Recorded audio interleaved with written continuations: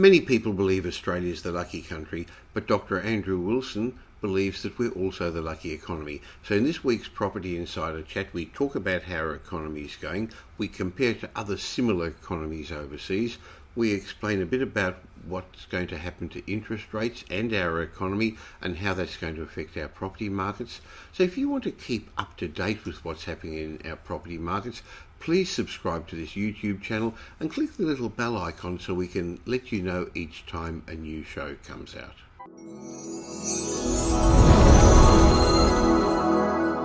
The phrase the lucky country was originated by author Donald Horne. In fact, it's almost 60 years since the publication of one of Australia's most iconic books by that name, The Lucky Country, and since then it's been used to describe Australia's land of economic opportunity and bountiful natural resources. Now, I know Dr. Andrew Wilson, Chief Economist of My Housing Market, recently said not only are we the lucky country, but we are the lucky economy. So I'm looking forward to this week's Property Insider Chat to understand what he means. Hi, Andrew. Yeah, g'day, Michael. And that book, of course, maybe there was a little bit of tongue-in-cheek with that particular description, and people have used it as a bit of a tongue-in-cheek descriptor of our characteristics. But I think we can be quite serious about it in the current environment that we are the lucky country and maybe the lucky economy as well. If you listen to the news, if you read the media, you'd probably be wondering, is that true? So how do we compare to other parts of the world? Well, we're ahead on just about every measure. I mean, the most important thing, I believe, is to have a job in any economy. And most economies similar to ours, and we could look at New Zealand, the US, the UK as comparators, that they all have very low unemployment rates. And it's interesting to some degree that they're all being affected by, as we are, the closing of borders and the restricting of migration. There's no doubt that our unemployment rate, which was another very low result, a reflection to a large degree on closed borders. If we had have had our borders kept open during COVID, or if we hadn't have had COVID, we would have actually had an extra 250,000 workers available to our economy. And of course, that would have meant the shortages of labour that we have now, pushing down the unemployment rate, wouldn't be as severe. And look, the US is a bit like that, and so is the UK and New Zealand, obviously.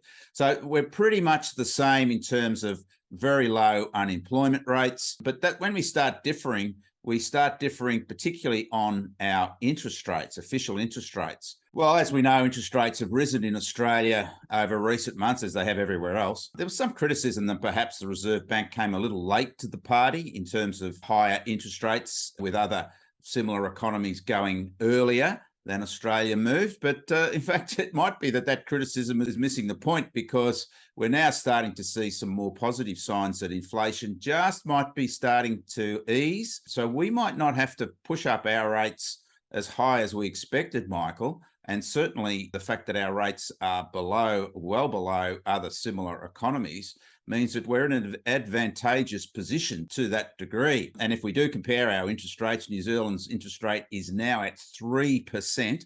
So that's well and truly ahead of Australia's 1.85%, even though the UK is at 1.75%. The US is at 2.5%.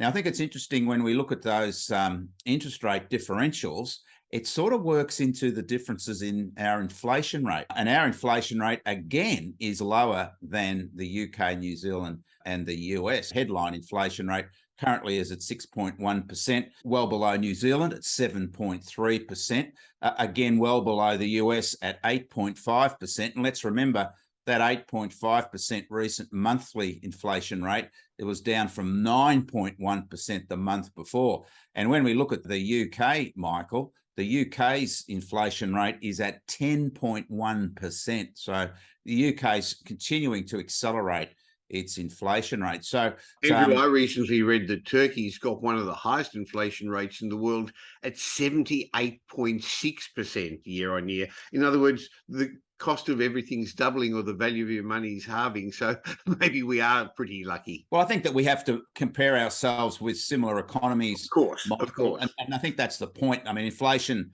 can be a problem regardless of the business cycle or the global business cycle from country to country according to their local circumstances.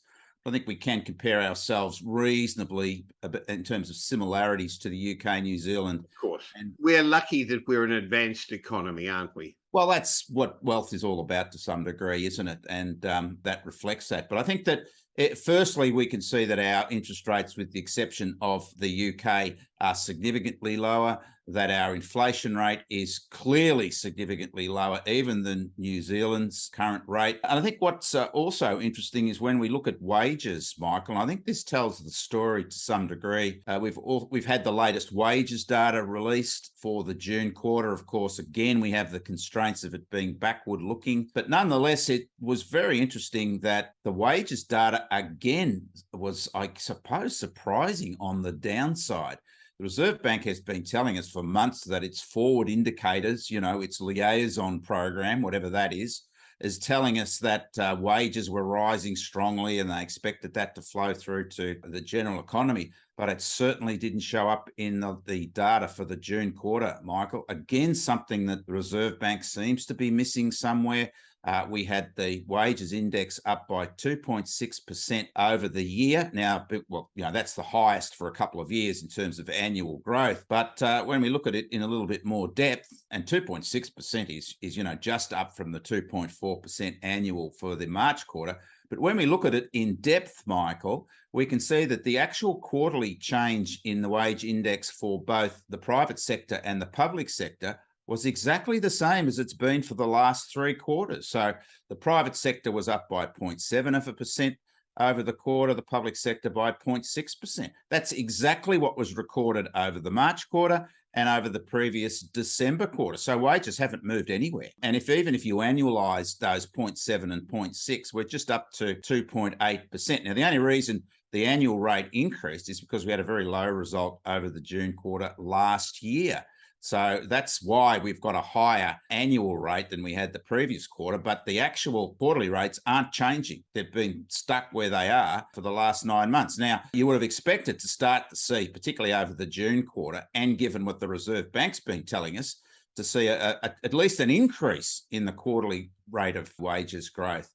As I say, I think that this is, again, a reflection of us being lucky in a way that this is a sort of a good news, bad news story. And if we compare it back to when we were last increasing interest rates, Michael, in 2011, the annual increase in wages was up around 4%. And now they're only up just by 2.6%. And we are starting to see some signs that inflation might be starting to moderate. The wages data is a bad news story because real wages are down now by 2.3% over the quarter. And that's a record drop in real wages. But the point to all of this, Michael, the big picture is that we're not getting paid at the rate where we're out spending it, creating more shortages of goods, and then also driving higher service prices, and therefore adding to inflation. And if we look at the wages growth in those comparable economies, we see that US wages growth over the year is up by 5.5%, remembering we're at 2.6%. New Zealand up by 3.4%, which is a full percentage point nearly higher than us. And the UK, which has that 10.1% inflation rate, its wages are up by 6.2% over the past year. So it clearly shows that a breakout in wages really does fuel inflation. We know that the previous inflation data for Australia was still all about goods, which is about shortages of supply shortages. It hasn't really worked its way into the service industries, which generally reflect higher wages fueling higher service costs. So again, this is the lucky country rearing its head, perhaps, that in the short term, we're not enjoying the same wages growth, but we're also got lower interest rates, lower inflation, and the prospect of our interest rate environment peaking at a lot sooner, not only than what we expected, but at a much lower level than other economies, which still have this issue with surging wages. The fact that wages aren't going up means that some people are looking for other jobs from what I'm reading. And I think it's still anecdotal evidence rather than getting a wage rise because there are so many jobs available. In fact, more jobs than there are people. People are just skipping from one job to another to get more money in their pocket. But as a country, you're right, real wages growth is going backwards, isn't it? Well, it is. But then again, Michael, in a way, that's a disincentive to spend. And that's what we need to have now. is less spending. Retail sales numbers are still very, very high, particularly compared to pre-pandemic levels. So we've still got plenty to spend and we're spending it, but we are starting to see a tapering off of retail sales over the last few months. This is a good sign. They're still growing, but only just now. And that's what we've got to stop the spending. And that's a disincentive, obviously, with real wages falling. But as we've been discussing, the inflation rate is starting to perhaps provide a light at the end of the tunnel. Fuel costs, the average, or the US dollar per barrel price of oil is now its lowest for some time, with the trend clearly down.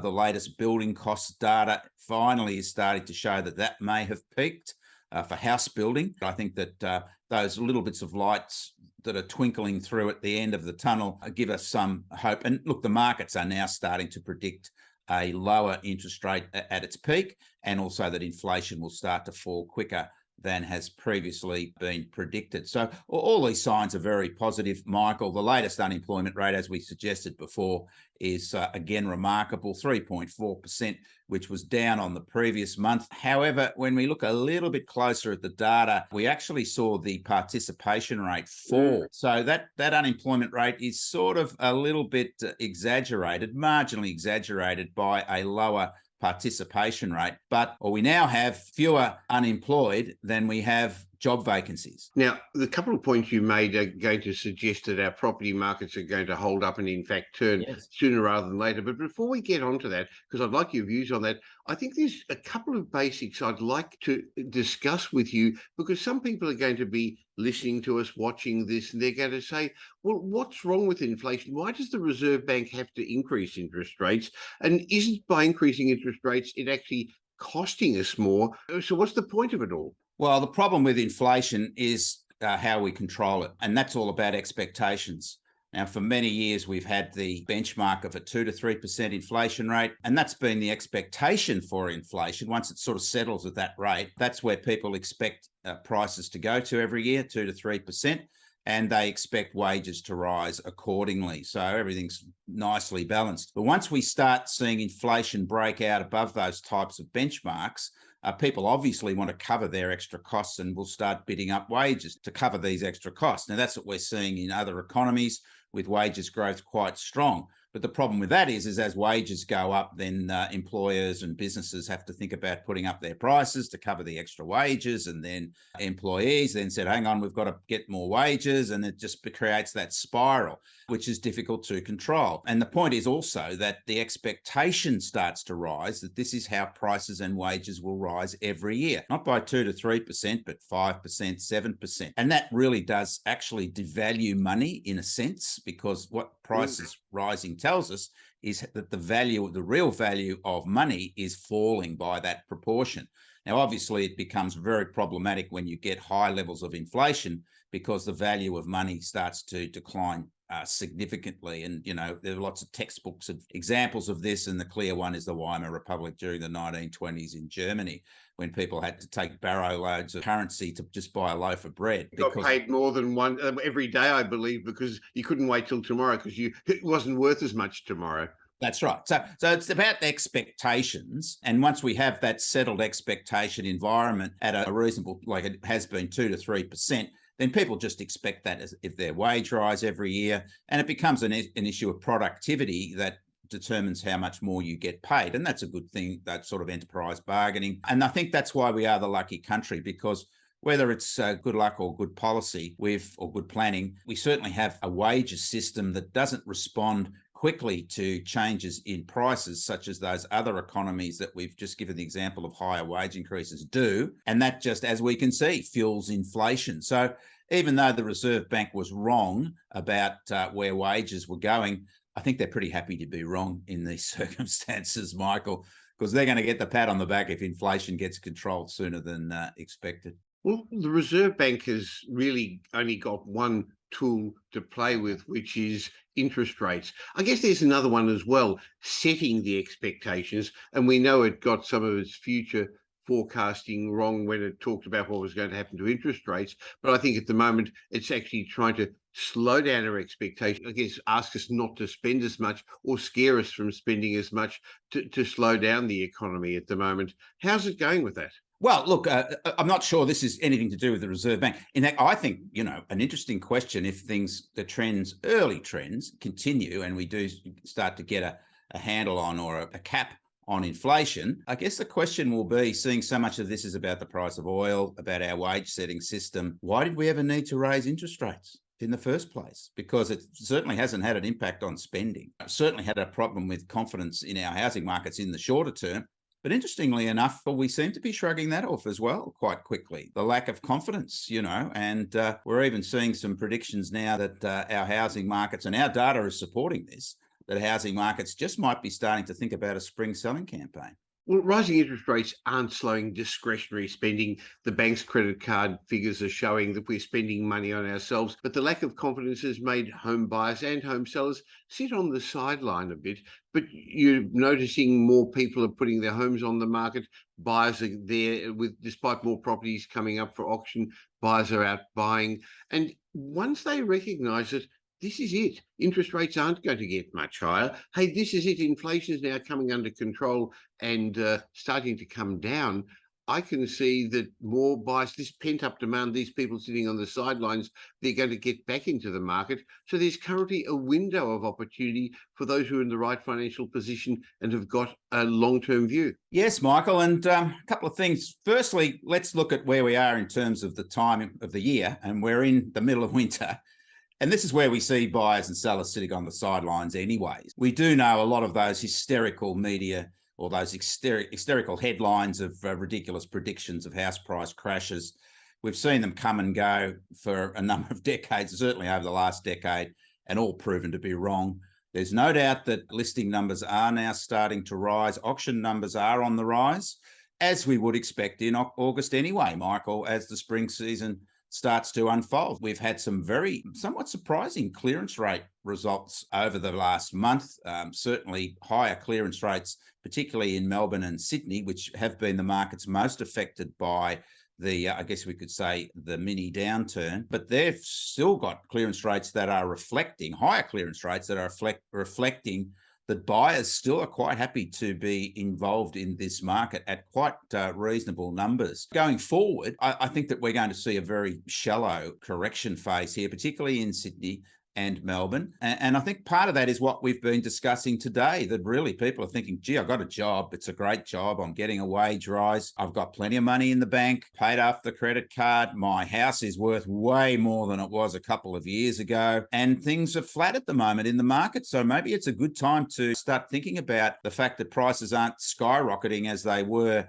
a year or two ago, and that maybe this is a good opportunity to not have as much competition for purchasing my property. And of course, then we'll shift as that sentiment shifts to, again, seeing the underlying reality of Australia's housing market, that we've got just too many people and not enough houses.